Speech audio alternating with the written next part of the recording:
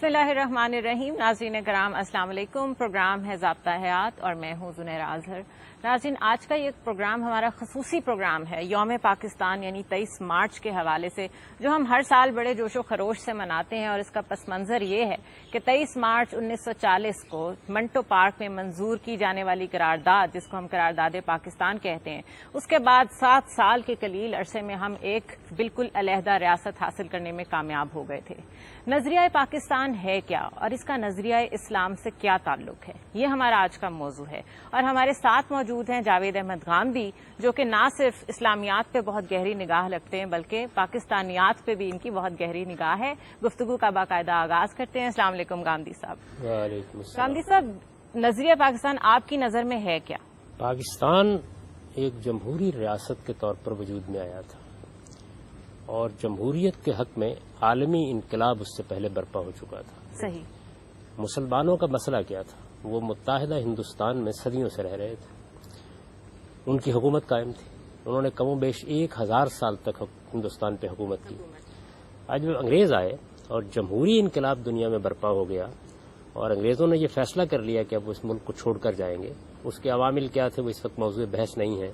تحریکات نے اس میں کیا کردار ادا کیا، لیڈرشپ نے کیا کردار ادا کیا، کانگریس اور مسلم لیگ کا کیا کردار تھا، وہ بھی ہمارا موضوع نہیں ہے. بہرحال وہ وقت آ گیا کہ جب یہ فیصلہ کر لیا گیا کہ اب ہندوستان کو خالی کر کے انگریز چلے جائیں گے. جب انہوں نے جانے کا فیصلہ کر لیا تو یہ سوال پیدا ہوا کہ وہ اقتدار کس کو منتقل کریں گے. ہندوستان میں ایک حادثہ ہو چکا تھا. وہ حادثہ یہ تھا کہ بہادر شاہ ظفر کو جلاوطن کر دیا گیا اور ان کی حکومت ختم کر دی گئی. جنگ آزادی کے نتیجے میں یہ حادثہ ہو گیا. اگر یہ حادثہ نہ ہوتا تو ظاہر ہے کہ انگریز آئینی طور پر بہادر شاہ ظفر کو حکمران مان کر حکومت کر رہے ہوتے یا اس کی اولاد کو حکمران مان کے حکومت کر رہے ہوتے تو پھر وہ انہی کو منتقل کرتے. ہندوستان میں بھی اگر آپ غور کریں تو ایسا ہی ہوا، جو ریاستیں تھیں ان کو نہیں چھیڑا گیا تھا، ریاستوں کے حکمرانوں ہی کو اقتدار منتقل کر دیا گیا تھا. لیکن اب صورتحال بالکل تبدیل ہو چکی تھی. بہادر شاہ ظفر نہیں تھے، ان کی اولاد نہیں تھی، برطانوی ہند وجود میں آ چکا تھا. ریاستوں میں سے بھی بہت سی ریاستوں کو انگریزوں نے براہ راست اپنی عملداری میں لے دیا تھا. صورتحال یہ تھی کہ ایک سیاسی تحریک برپا ہوئی، ہندوؤں کی اور مسلمانوں کی ایک نئی قیادت وجود میں آ گئی. جمہوری انقلاب نے برپا ہو کر اکثریت کی بنیاد پر حکمرانی کے اصول کو مستحکم کر دیا.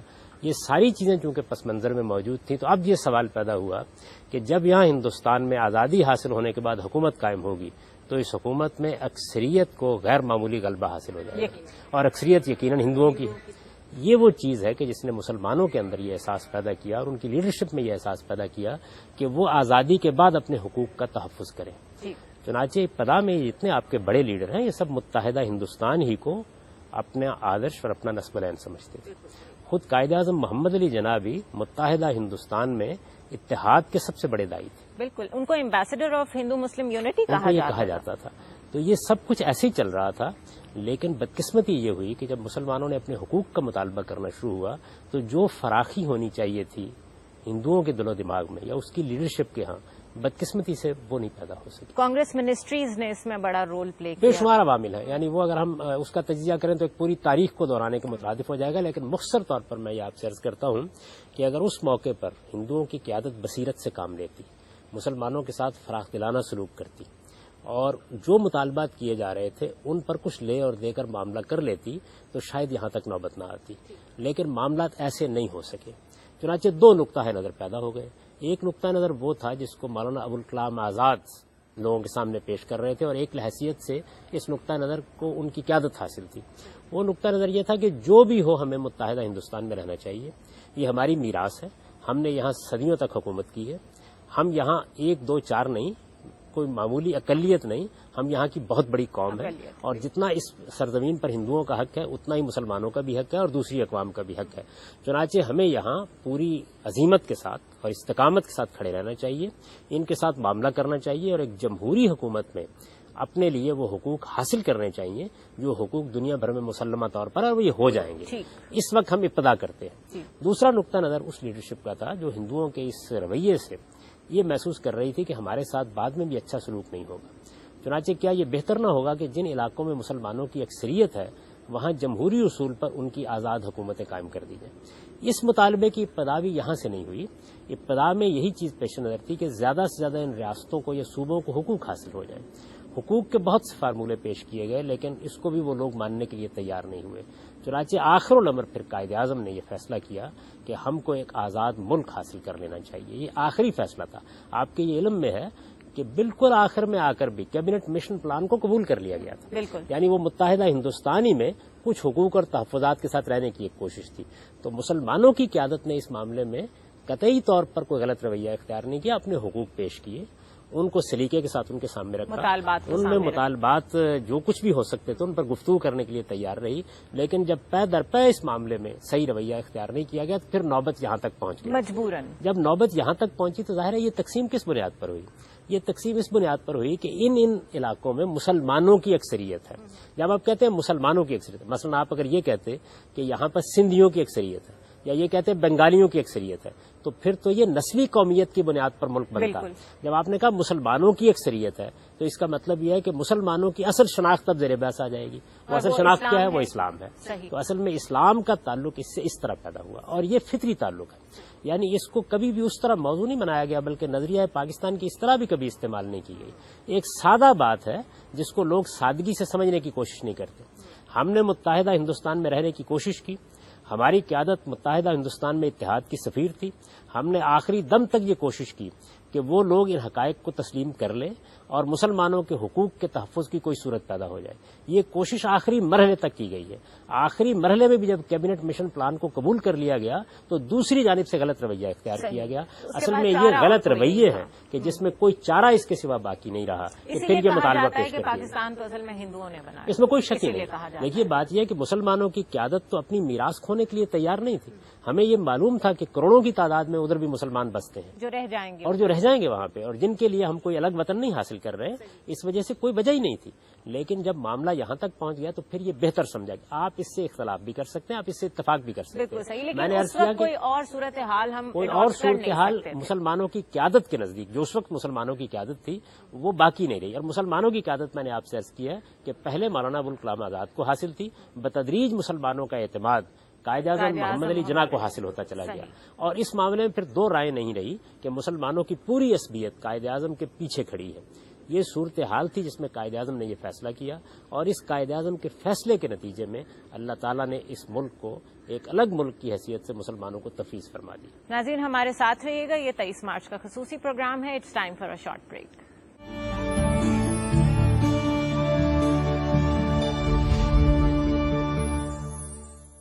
ویلکم بیک ناظرین، ایک دفعہ پھر ہم آپ کے سامنے ہیں اور ہمارا آج کا موضوع ہے نظریہ پاکستان اور نظریہ اسلام۔ غامدی صاحب، آپ نے کہا کہ ہم نے ہر ممکن کوشش کی کہ ہم اپنی میراث کو نہ چھوڑیں، ہم یونائٹڈ انڈیا کی فیور میں آخری وقت تک تھے، بلکہ جہاں تک مجھے یاد پڑتا ہے علامہ اقبال نے 1930 میں جو خطبہ الہ آباد دیا تو اس میں ان کے یہ الفاظ تھے کہ we want Muslim India within India with or without British rule, یعنی کہ انہوں نے صرف اتنا کہا تھا کہ ہمارے علاقے آپ الگ کر دیں۔ لیکن ٹو نیشن تھیوری یہ تو بہت پرانی بات ہے، یہ تو سر سید احمد خان نے پیش کی۔ اگر سر سید احمد خان نے ٹو نیشن تھیوری اسلام کی بنیاد پر نہیں پیش کی تھی، اور آپ کے کہنے کے مطابق اسلام کا کانسیپٹ بہت دیر میں ہمارے قریب آیا جب ہمیں اپنی آئیڈینٹی کو ریویل کرنا پڑا، تو پھر ٹو نیشن تھیوری کی بنیاد کیا تھی؟ نہیں، دیکھیے میں نے یہ عرض نہیں کیا، میں نے یہ عرض کیا ہے کہ جس وقت آپ کو الگ ہونے کے لیے مسلمانوں کی بنیاد پر کچھ علاقوں کا مطالبہ کرنا پڑا، صحیح، تو اس وقت اسلام مسلمانوں کی شناخت کی حیثیت سے نمایاں ہو کر سامنے آ گیا۔ صحیح، جہاں تک مسلمانوں کے مسلمان ہونے کا تعلق ہے وہ تو سر سید احمد کیا رسالت میں آپ صلی اللہ علیہ وسلم کے زمانے سے دو الگ قومیں بن چکی تھیں۔ اس لیے کہ جب آپ ایمان کی حیثیت قبول کر لیتے ہیں اور یہ تسلیم کر لیتے ہیں کہ آپ اللہ کو ماننے والے ہیں، تو پھر آپ کے مقابلے میں ایک دوسری قوم ہوگی جو اللہ کو نہیں ماننے والی، یا مثال کے طور پر سب اللہ کو ماننے والے ہیں اور محمد الرسول اللہ صلی اللہ علیہ وسلم کے بارے میں دو رائے رکھتے ہیں، تو یہاں بھی آپ کی علیحدگی ہو جائے گی۔ تو مسلمان اپنی ایک الگ شناخت تو ازل سے رکھتے تھے اور ایک الگ قومیت بھی اپنی رکھتے تھے، لیکن الگ مملکت کا جو تقاضا تھا وہ 1940 کے قریب وہ اس وقت سامنے آیا، اور اس تقاضے کے ساتھ اسلام کا وابستہ ہونا در حقیقت اس بنیاد پر ہوا کہ جن علاقوں میں آپ یہ مطالبہ کر رہے تھے ان میں آپ کی اکثریت کی بنیاد مسلمان ہونا تھا، یعنی وہ سندھی ہونا یا بنگالی ہونا یا بلوچی ہونا نہیں تھا یا بنگالی ہونا نہیں تھا، وہ یہ تھا کہ آپ مسلمان ہیں۔ تو جب آپ مسلمانوں کی اکثریت کی بنیاد پر ایک ملک کا مطالبہ کرتے ہیں تو مسلمان کسی قوم کا نام نہیں ہے جو رنگ و نسل کی بنیاد پر بنی ہے، وہ اپنی مذہبی شناخت کی بنیاد پر بنی ہے۔ جب مذہبی شناخت کی بنیاد پر وہ قوم بنی ہے تو اسلام زیر بحث آئے گا، یعنی اسلام اسی حیثیت سے زیر بحث آیا ہے ایسا نہیں ہے کہ کسی مذہبی حکومت کے لیے کوئی تحریک چلائی گئی تھی، مسلمانوں کے حقوق کے لیے ایک تحریک چلائی گئی اور بتدریج وہ یہاں تک پہنچ گئی کہ ان کی اکثریت پر مبنی علاقوں کو ایک الگ ملک کی شکل دے دی جائے۔ یہ تدریجی ارتقاء ہے۔ اس تدریجی ارتقاء کا جو مرحلہ، آخری مرحلہ پیدا ہوا، وہ اصل میں جب پیدا ہوا تو مسلمانوں کی بنیاد پر اب ادھر ہی الگ ہوئے، مسلمانوں کی بنیاد پر ادھر الگ ہوئے، یعنی مشرقی پاکستان میں بھی، مغربی پاکستان میں بھی۔ اب اسلام زیر بحث آئے گا، آپ سے آپ زیر بحث اب تو آئے گا ہی آئے گا۔ تو یہ اس کا فطری نتیجہ ہے۔ اچھا گاندھی صاحب، قائد اعظم کی پرسنالٹی بہت زیر بحث آتی ہے، کچھ لوگ کہتے ہیں کہ وہ بہت پرو برٹش تھے، اب اس کو آپ کسی بھی طرح انٹرپریٹ کر لیں، ایک لانگ ڈیبیٹ ہے، لیکن ان کے بارے میں یہ رائے کہ وہ سیکولر تھے، اس کے بارے میں آپ کیا کہتے ہیں؟ دیکھیے بات یہ ہے کہ قائد اعظم نے تو یہ لفظ کبھی استعمال نہیں کیا اور بطور اصطلاح انہوں نے کبھی اس کو اپنے نظریے کی حیثیت سے بیان بھی نہیں کیا۔ یہ آپ ان کی تقریریں پڑھ لیں، ان کی تحریریں دیکھ لیں۔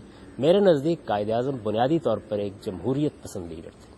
دیکھیے میں نے آپ سے عرض کیا کہ جمہوریت کے حق میں جو انقلاب برپا ہوا، یعنی بادشاہت ختم ہو گئی تھی، عمارتیں اور سلطانی اس طرح کے تصورات دم توڑ رہے تھے، سلطانی جمہور جس کو اقبال کہتا ہے اس کا زمانہ آ گیا تھا۔ قائد اعظم جمہوری ریاست اور جمہوری تخیلات کی بنیاد ہی پر سب کچھ کر رہے تھے۔ چنانچہ انہوں نے جب یہ بات کہی کہ مسلمانوں کی ایک الگ مملکت بن جائے تو اس سے آپ یہ نتیجہ نکلا کہ مسلمان چونکہ یہاں اکثریت رکھتے ہیں، اس وجہ سے وہ اپنے آدرش کے مطابق، اپنے نسب و نسب کے مطابق، اپنی تہذیب کے مطابق، اپنے تصورات کے مطابق زندگی بسر کریں گے۔ بالکل ٹھیک۔ تو یہ ان کا سادہ تصور تھا، وہ اس مملکت کو ایک ڈیموکریٹک مملکت بنانا چاہتے تھے جہاں مسلمان آزادی کے ساتھ اکثریت کے نہاب سے آزاد ہو کر اپنے فیصلے خود کر سکیں۔ میرے نزدیک قائد اعظم نے اس سے زیادہ کوئی بات نہیں کہی۔ اچھا گاندھی صاحب، جب ہم پاکستان کا نام لیتے ہیں اسلامک ریپبلک آف پاکستان، تو ایک تو یہ کہ جب ہم نے اسلام کہہ دیا تو اسلام میں خود بہت سارے کانسیپٹس انہیرنٹ ہیں۔ آن دی ادر ہینڈ ڈیموکریسی کی ہم بات کرتے ہیں تو ہم جو ویسٹرن ڈیموکریسی ہے اس کے ماڈل کو اس وقت فالو کر رہے ہیں۔ اگر اسلام کے جمہوری نظام کی بات کی جائے تو وہ کیا ہے؟ یہ اسلام نے کوئی جمہوری نظام نہیں دیا، جو اصول اسلام وضع نے کیے ہیں۔ جمہوریت کا تصور دیا ہے۔ صحیح۔ یعنی حکومت قائم کرنے کے بارے میں یہ سوال پیدا ہوتا ہے کہ حکومت کیا کسی خاندان کی ہوگی، کیا کسی فاتح کی فتح کی بنیاد پر قائم کی جائے گی، کیا بندوق کو حکومت کرنے کا حق ہوگا، کیا مسلمانوں کے علماء مثال کے طور پر حکومت کریں گے، کیا کوئی پاپائیت وجود میں آئے گی، کیا آسمان سے کوئی خلیفہ نازل ہوگا؟ یہ مختلف تصورات ہیں۔ صحیح۔ اسلام نے جو تصور دیا وہ یہ تھا کہ نہیں، لوگ اس کا فیصلہ کریں گے۔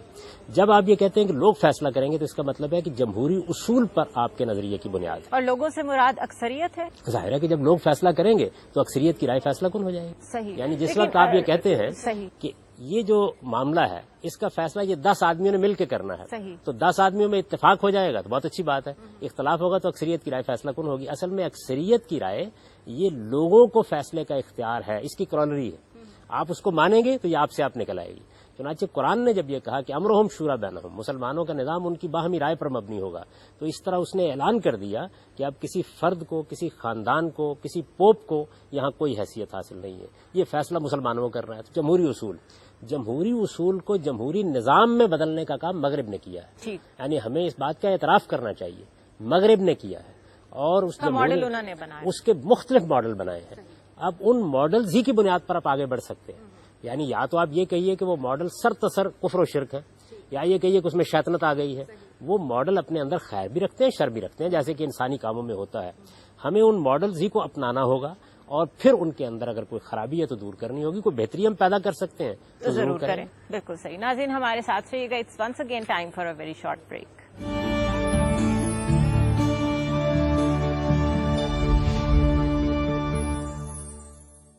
ویلکم بیک ناظرین، ضابطہ حیات میں 23 مارچ کے اس خصوصی پروگرام کے ساتھ میں آپ کے سامنے ہوں اور میرے ساتھ گاندھی صاحب موجود ہیں۔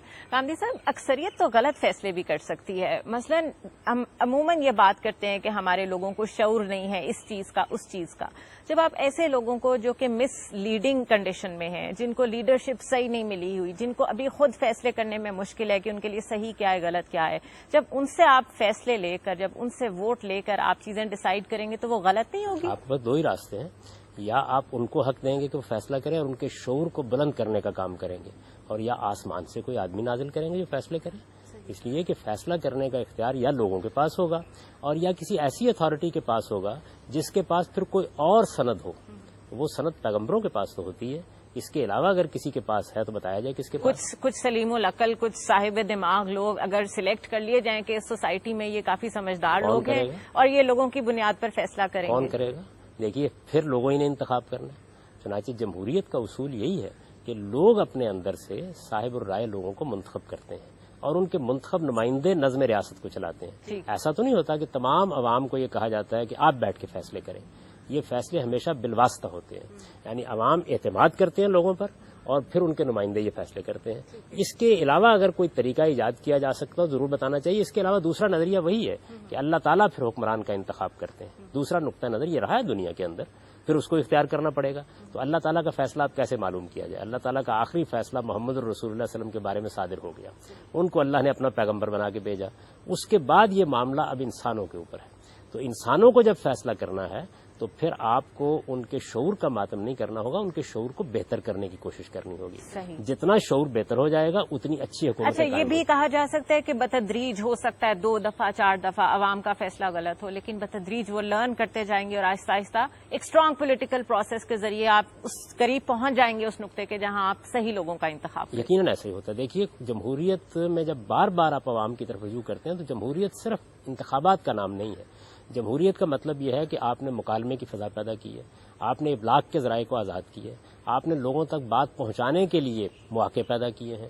کوئی شخص کسی کا راستہ بند نہیں کر رہا ہے، ہر شخص لوگوں کی تربیت کے لیے نکل کھڑا ہوا ہے. تو اللہ کا قانون یہ ہے کہ سارے بے شعور لوگ نہیں ہوتے، لوگوں کی اکثریت بے شک اسی طرح کے لوگوں پر مشتمل ہوتی ہے، لیکن ان کے اندر دانشور پیدا ہوتے ہیں. اور یہ قبائلی زندگی میں بھی آپ دیکھیں اعلیٰ درجے کے دانشور، اعلیٰ درجے کے اہل علم پیدا ہوتے ہیں. ان کو آپ موقع دیں کہ وہ اپنی قوم کی تربیت کر سکیں، اس کے شعور کو بہتر کر سکیں.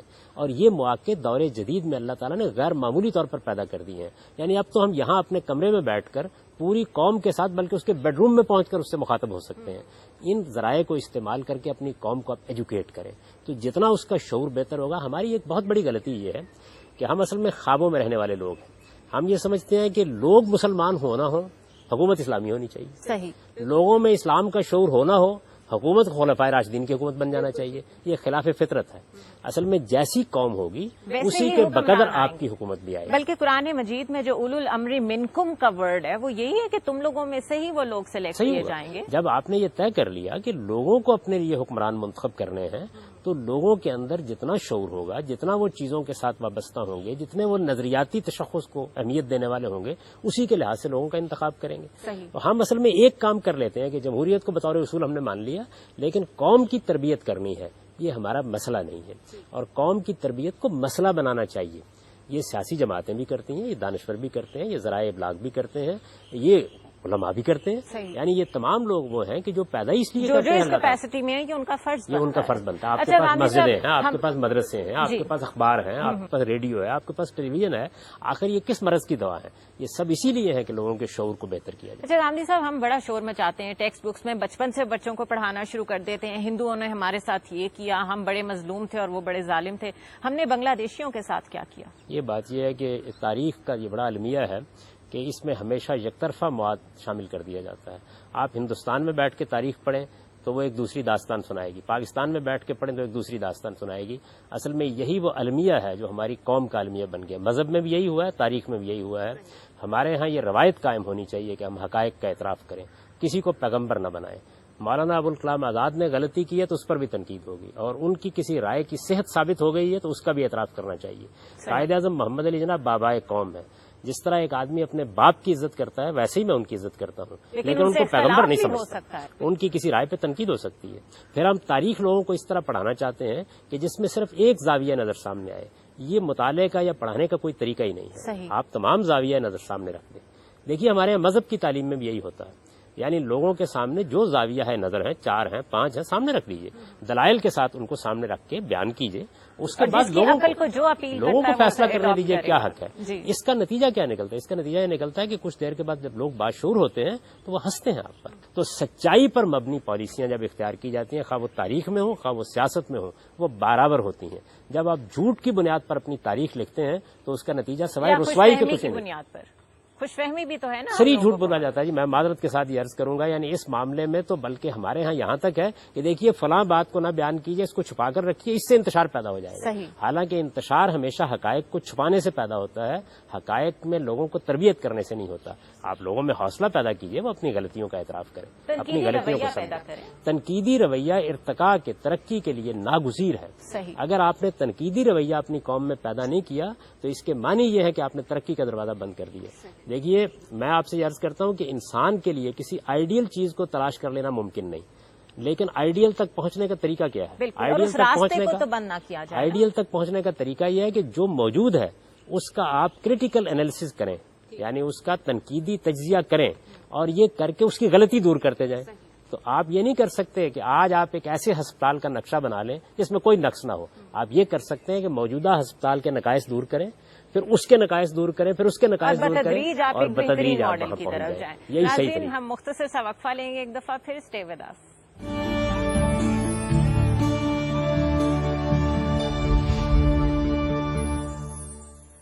ویلکم بیک ناظرین، 23 مارچ کے اس خصوصی پروگرام کے ساتھ میں ہوں زنیر اظہر اور ہمارے ساتھ جاوید احمد گامدی موجود ہیں.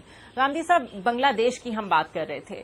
بنگلہ دیش کا قیام کیا نظریہ پاکستان کی نفی کرتا ہے یا اس کو اور تقویت دیتا ہے؟ کیونکہ بنی تو وہ ایک اسلامی ریاست ہی، وہ انڈیا کے ساتھ تو نہیں ملے جا کر. کس طرح دیکھتے ہیں آپ اس کو؟ یہ جمہوری اصولوں پر اس کا بھی قیام عمل میں آ گیا. یعنی جب وہاں کے لوگوں نے یہ فیصلہ کر لیا کہ انہیں ہمارے ساتھ نہیں رہنا اور انہوں نے ایک ایسی قیادت کا انتخاب کیا جو انہیں علیحدگی تک لے گئی، تو بالکل اسی جمہوری اصول کا اطلاق ہوا. یعنی یہ تو تب ہوتا اگر اس کے فوراً بعد وہ متحدہ ہندوستان کا حصہ بن جاتا. صحیح. جس اصول پر پاکستان بنا تھا اسی اصول پر بنگلہ دیش بنا ہے. تو اس اصول کی بنیاد کے اوپر قائد اعظم نے ساری تحریک چلائی. آپ ان کے اس رائے سے اختلاف کر سکتے ہیں، اتفاق بھی کر سکتے ہیں. قائد اعظم کی رائے سے بھی اتفاق و اختلاف کر سکتے ہیں اور بنگلہ دیش کی قیادت سے بھی، لیکن بہرحال اصول ایک ہی ہے، اور وہ یہ کہ جب ایک قوم نے یہ فیصلہ کر لیا کہ وہ آپ کے ساتھ نہیں رہ سکتی تو اس کو حق حاصل ہے. ایک باپ کے بیٹے ہوتے ہیں، وہ کوشش کرتے ہیں کہ ایک گھر کو آباد رکھیں، کاروبار اکٹھا رکھیں، اپنے مفادات ایک جگہ رکھیں. بعض اوقات نبھا نہیں ہوتا. اس کو بہت بڑا مسئلہ نہیں بنانا چاہیے. یعنی میرے نزدیک جو بڑا مسئلہ اس کو بنا لیا جاتا ہے، یہ معلوم ہوتا ہے کہ یہ کوئی کفر و ایمان کی جنگ ہے. یہ ایک سادہ حقیقت ہے. ہندوستان میں ہم اکٹھے نہیں رہ سکے، ہم نے یہ مناسب سمجھا. یعنی اس وقت ہماری قیادت نے، ہو سکتا ہے آج کوئی آدمی تجزیہ کرے اور یہ کہے کہ متحدہ ہندوستان بہتر تھا، تو اس کی رائے بھی سن لینی چاہیے. لیکن اس وقت ہماری قیادت نے یہ فیصلہ کیا کہ نہیں، ہمیں الگ ہو جانا چاہیے. وہ الگ ہو گئے، پاکستان وجود میں آ گیا. بنگلہ دیش کی قیادت نے ایک خاص مرحلے پر یہ فیصلہ کیا کہ ہمارے ساتھ ان کا نباہ نہیں ہو سکتا، وہ الگ ہو گئے. اس پر کوئی ماتم کرنے کی ضرورت نہیں. مجھے تو بسا اوقات بڑی حیرت ہوتی ہے. دیکھیے، مسلمانوں کی جب ریاست قائم ہوئی تو متحدہ ریاست، ہمارے خلفائے راشدین اس پر حکومت کر رہے ہیں. اس کے بعد بنو امیہ کی حکومت قائم ہو گئی.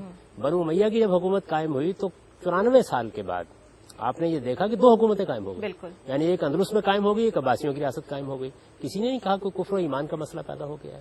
بالکل اسی طریقے بہت سارے فیکٹرز ہو سکتے ہیں، ایڈمنسٹریٹو فیکٹرز بھی ہو سکتے ہیں، چیزیں ہو سکتی ہیں. جمہوری عمل بھی ہو سکتا ہے کہ اس وقت میں انہوں نے ہمارے ساتھ رہنا مناسب سمجھا تھا لیکن بعد میں ان کو وہ مناسب نہیں لگا. اور میرے نزدیک تو اس اصول کو مان لینا چاہیے کہ جب بھی کوئی قوم، جیسے مثال کے طور پر کہا جاتا ہے نا کشمیر کے لوگ الگ ہونا چاہتے ہیں، تو میری سمجھ میں نہیں آتا کہ وہاں فوج بھیجنے کی کیا ضرورت ہے. آپ کشمیر کے لوگوں کو اس کا حق دیجیے، وہ اپنی آزادی کے بارے میں فیصلہ کرتے ہیں تو فیصلہ کر لیں گے. یعنی جب آپ نے دنیا میں اس چیز کو مان لیا کہ یہ فیصلہ قوموں کو کرنا ہے، افراد کو کرنا ہے، یعنی یا تو آپ یہ کہیے کہ نہیں فاتحین کو کرنا ہے، یا کہیے تلوار کو کرنا ہے، یا کہیے دانشوروں کو کرنا ہے. اگر یہ فیصلہ لوگوں کو کرنا ہے تو لوگ جس طرح اپنے فیصلے اپنی حکومت کے اندر کرتے ہیں، وہ کس ملک کے ساتھ رہیں گے نہیں رہیں گے اس کا فیصلہ بھی ان کو کرنا ہے. گاندھی صاحب، اس میں یقیناً کوئی حرج نہیں ہے کہ ایک اور اسلامی ریاست وجود میں آئی، لیکن اس سے ہمیں سیکھنا تو پڑے گا. اس میں کیا حرج تھا اگر ہم ان کے حقوق اس کو دیتے؟ جس چیز کے لیے ہم نے ہندوؤں کے ساتھ اتنی جنگیں لڑی ہیں، انہی چیز کے لیے ہم نے بنگلہ دیشیوں کے ساتھ کوئی اچھا سلوک تو نہیں کیا. ایسے ممالک موجود ہیں جہاں پہ 22 زبانیں قومی زبانیں. کیا حرج تھا اگر یہ مسئلہ نہ کھڑے ہونے دیا جاتا؟ اس میں کوئی شک نہیں. دیکھیے بات یہ، اگر ہم نے غلطیاں کی ہیں اور یقیناً کی ہیں تو ان کا ہمیں بے لاگ تجزیہ کرنا چاہیے.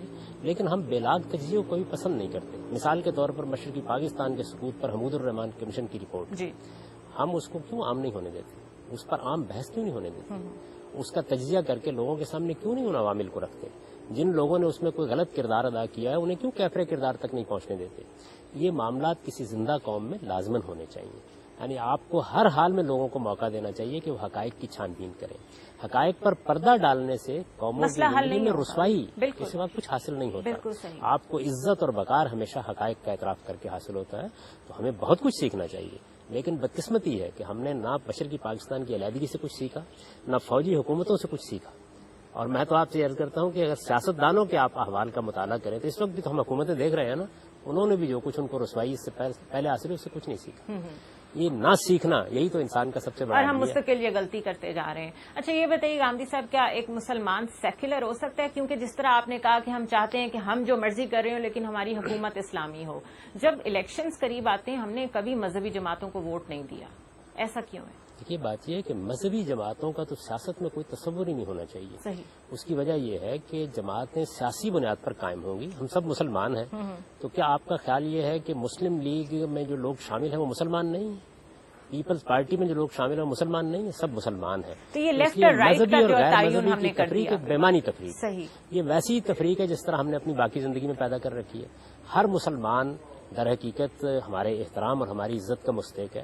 اب جو لوگ بھی سیاست میں آئیں گے وہ مسلمان کی حیثیت سے جتنا اپنے دین کا شعور رکھتے ہوں گے اتنا ہی دین ان کی سیاسی جدوجہد میں نمایاں ہو جائے گا. صحیح. ہم اصل میں اس میں کرنا کیا چاہتے ہیں؟ ہم کرنا یہ چاہتے ہیں جو میں نے پہلے عرض کیا کہ ہم جو کچھ دین سمجھتے ہیں ہمیں یہ حق دیا جائے کہ ہم لوگوں کی مرضی کے خلاف بھی اس کا نفاذ کر دیں. جس طرح ہم چاہتے ہیں وہ اس طرح چلے. ویسے ہو. اگر آپ سیاسی جماعتیں بنائیں جو لوگ مثال کے طور پر مذہبی اقدار کے معاملے میں زیادہ حساس ہیں وہ بھی سیاسی جماعتیں بنائیں، سیاسی جماعتوں میں شریک ہوں اور وہ اسی طرح سے جدوجہد کریں جیسے سیاسی جماعتیں جدوجہد کرتی ہیں. جب وہ اقتدار میں آئیں گے لوگوں کا اعتماد ان کو حاصل ہوگا تو جتنا کچھ وہ اپنی روایات سے زیادہ وابستہ ہوں گے اسی کے لحاظ سے ملک کے نظام میں بھی اس کا ظہور ہو جائے گا. صحیح. یعنی میرا نقطہ نظر یہ ہے کہ ہمیں سیکولر اسلام کی بحث سے نکلنا چاہیے. ٹھیک. یہ دونوں چیزیں سخت خطرناک ہو جاتی ہیں. جب آپ اسلام کا لفظ استعمال کرتے ہیں اس کا بھی ایک نتیجہ یہ نکلتا ہے کہ پھر اس سے مذہبی لوگوں کے چہرے سامنے آنا شروع ہو جاتے ہیں. صحیح. جب آپ سیکولرزم کا لفظ استعمال کرتے ہیں وہ بھی ایک نظریہ ہے. نظریاتی ریاست ہمیشہ استبدادی ہوتی ہے، وہ جمہوری نہیں ہو سکتی کبھی بھی. آپ ایک جمہوری ریاست قائم کیجیے. جب پاکستان ایک سچی جمہوری ریاست ہوگا، یہاں انتخابات ہوں گے، یہاں مکالمے کی آزادی ہوگی، یہاں ابلاغ کے ذرائع آزاد ہوں گے تو ہم مسلمان ہیں. یہ کیسے ہو سکتا ہے کہ ہماری پارلیمنٹ میں کوئی خلاف اسلام کام ہو جائے؟ یہ کیسے ہو سکتا ہے کہ اسلام نے اگر کوئی قانون دیا ہے تو ہم اس کے نفاذ سے گریز کریں؟ لیکن جب تک ہم اپنے شعور کو بہتر نہیں کریں گے اصل میں ہم اس بات سے واقف ہی نہیں ہوں گے کہ ہماری ذمہ داریاں کیا ہیں. صحیح. قائد اعظم کا جب آپ جائزہ لیتے ہیں تو ایک طرف وہ آپ کو یہ کہتے ہوئے نظر آتے ہیں کہ میں مسلمانوں کے لیے ایک ملک بنا رہا ہوں، دوسری جانب وہ یہ کہتے ہیں کہ یہاں شریعت کے خلاف کوئی بات نہیں ہوگی. کیوں کہتے ہیں یہ بات؟ اس کی وجہ یہ ہے کہ وہ یہ کہتے ہیں یہاں مسلمان بستے ہیں. جب مسلمان یہاں بستے ہیں تو وہ اسلام کے خلاف یا شریعت کے خلاف قانون سازی ہونے دیں گے؟ آپ لوگوں پر اعتماد کریں. اصل میں ہم لوگوں پر اعتماد نہیں کرتے. آپ مسلمانوں کو جتنے وہ مسلمان ہیں جمہوری طریقے سے اپنے فیصلے کو ظاہر کرنے دیجیے. صحیح. یہ ظہور آپ کی پارلیمنٹ میں ہو کر رہے گا. میں آپ سے عرض کرتا ہوں کہ مسلمانوں کو آپ اگر آزاد چھوڑ دیں گے اور وہ اپنے فیصلے خود کریں گے اور آپ ان پر نہ فوجی حل مسلط کریں گے نہ مذہبی حل مسلط کریں گے تو وہ اسلام کے زیادہ قریب ہوں گے. بلکہ اگر آپ بہت زیادہ تبدیلیاں بھی لے آئیں کانسٹیٹیوشنز میں، جتنی مرضی امینڈمنٹس کر لیں اور آپ کا رویہ جمہوری نہیں ہے تو فائدہ تو اس کا بھی. اصل چیز یہی ہے. یعنی پاکستان کو ایک سچی جمہوری ریاست بنائیے جس کے اندر حقیقی معنوں میں لوگوں کو آزادی حاصل ہو صحیح. اور صرف وہ اپنی باتوں میں قیادت کا انتخاب کریں اور آزادانہ مکالمے کے ذریعے سے اپنی رائے قائم کریں. میں آپ کو اطمینان دلاتا ہوں کہ اس کے بعد ہر شخص کی زندگی میں جتنا اسلام ہے آپ کی ریاست میں بھی اتنا اسلام لازماً موجود ہوگا. اسلام کا ظہور ہونا چاہیے، اس کو آسمان سے آگے لوگوں کے اوپر مسلط نہیں ہونا چاہیے. وہ میرے اندر سے اٹھنا چاہیے. جس طرح میں فرد کی حیثیت سے یا آپ فرد کی حیثیت سے، آپ بھی مسلمان ہیں میں بھی مسلمان ہوں، ہم اپنا فیصلہ خود کرتے ہیں نا ہمیں دین کی کیا بات اپنانی ہے. بالکل تو صحیح. جتنا میرا شعور ہوتا ہے میں اختیار کرتا ہوں، جتنا آپ کا شعور ہے آپ اختیار کرتے بالکل ہیں. صحیح. جتنا آپ کی قوم کا شعور ہے اتنا اسلام لازماً آپ کے ریاست کے نظام میں بھی آ جائے گا. یہی صحیح فطری طریقہ ہے. اصطلاحات کے جنگل میں جب تک پھرتے رہیں گے اس وقت تک کچھ بھی حاصل نہیں ہوگا. ناظرین ہمارے ساتھ رہیے گا، ایک دفعہ پھر ایک مختصر سا وقفہ لیں گے.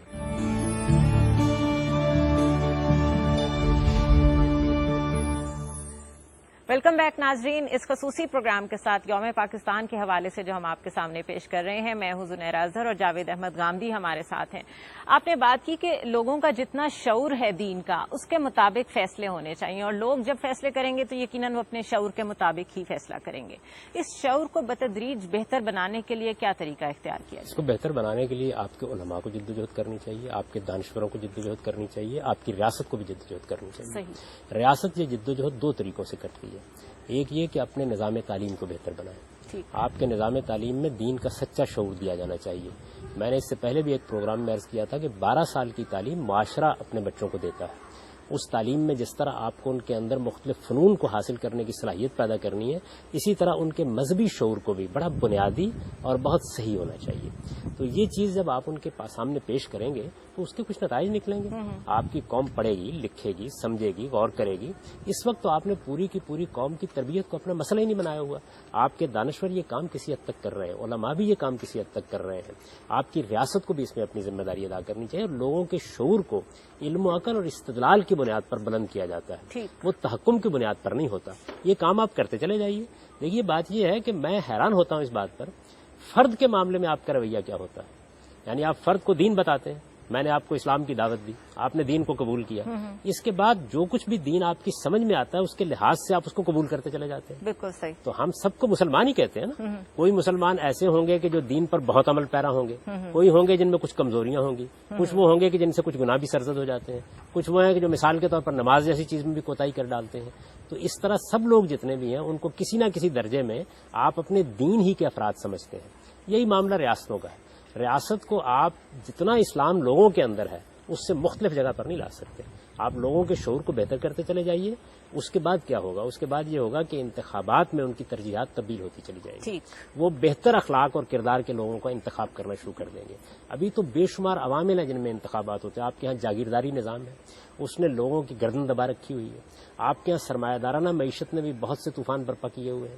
آپ کے شہروں کی آباد کاری بھی صحیح اصولوں پر نہیں ہوئی. آپ کے یہاں تعلیمی نظام بھی کئی حصوں میں بٹا ہوا ہے. آپ اس نوعیت کا ایک ملک ہے. تو اس میں عوام کے شعور کو بیدار کرنا یہ ہماری ترجیح اول ہونی چاہیے.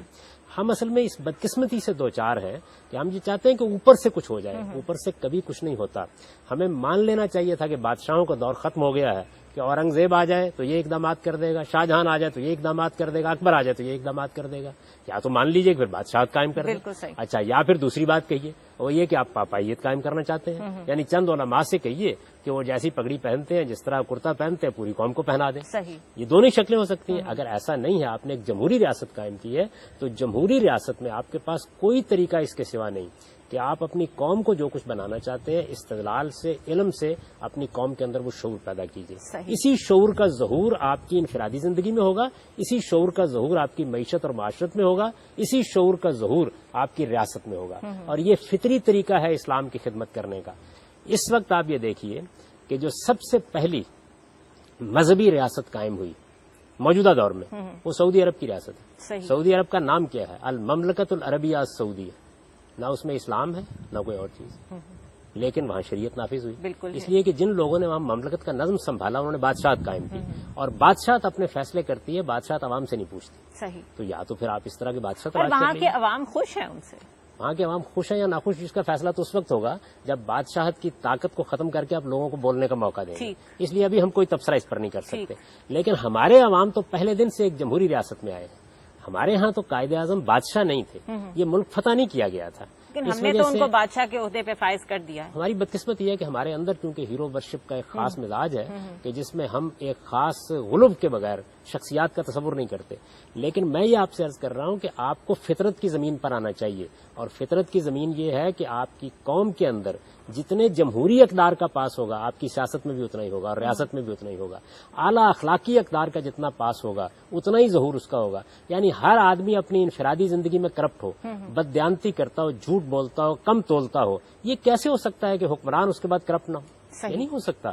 تو آپ افراد کو جتنا بہتر کرتے چلے جائیں گے، جمہوریت کا اصول یہ کہتا ہے، بادشاہت نہیں ہے یہ، اس کے بقدر ہی اسلام بھی نمودار ہوگا، اخلاق بھی نمودار ہوں گے، اسی کے بقدر جمہوری اقدار بھی آپ کے یہاں آئیں گی. تو ابھی تو جمہوریت کی جو اقدار مغرب میں آپ نے دیکھی ہیں ان جمہوری اقدار سے بھی ہم کوسوں دور ہیں. اسلام تو بہت اعلیٰ چیز ہے. بہت شکریہ غامدی صاحب ہمیں جوائن کرنے کا. ناظرین، آپ نے یوم پاکستان کے حوالے سے ہمارا خصوصی پروگرام دیکھا جس میں ہم نے ڈسکس کیا نظریہ اسلام اور نظریہ پاکستان.